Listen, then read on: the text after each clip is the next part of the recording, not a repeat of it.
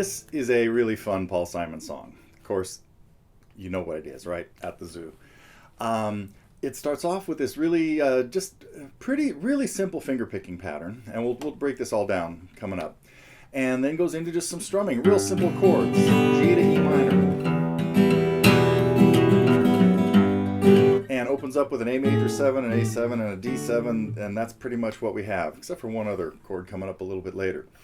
But, and it's really short, it's 2 minutes. I'm going to try to keep this lesson to 10, but it may not happen. We'll see what happens.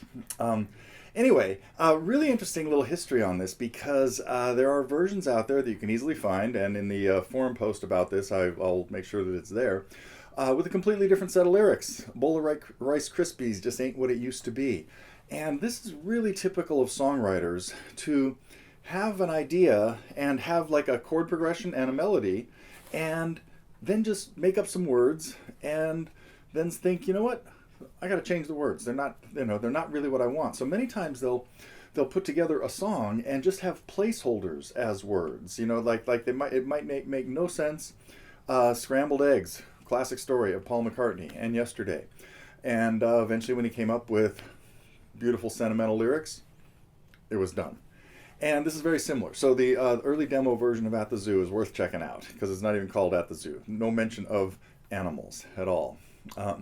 And a good version of them doing it live at the Monterey Pop Festival in 1969. Yeah. And where they do bring in one of the lines from the earlier demo version. And I don't think anybody in the audience kind of got it, but they laughed about it while they were doing it, Simon and Garfunkel. So what we're going to do in this lesson, we're just going to talk about a basic little Travis picking pattern that is pretty simple, just keeping a thumb alternating on 2 bass strings. And those are kind of flexible too, depending on what you want it to sound like. I'll talk about that a little bit more.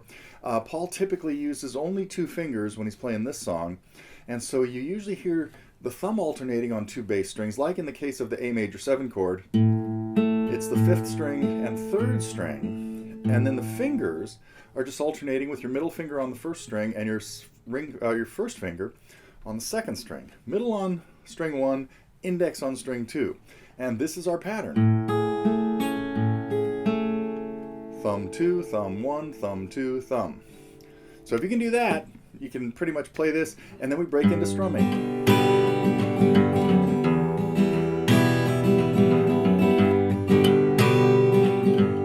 It's kind of infectious. Every time I start doing that, I just want to like keep it up.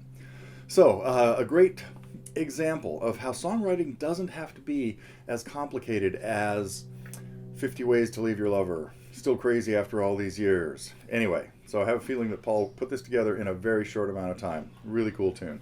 So coming up, we will break down the chords and the picking and the strumming, and in 10 minutes you should be able to play At the Zoo.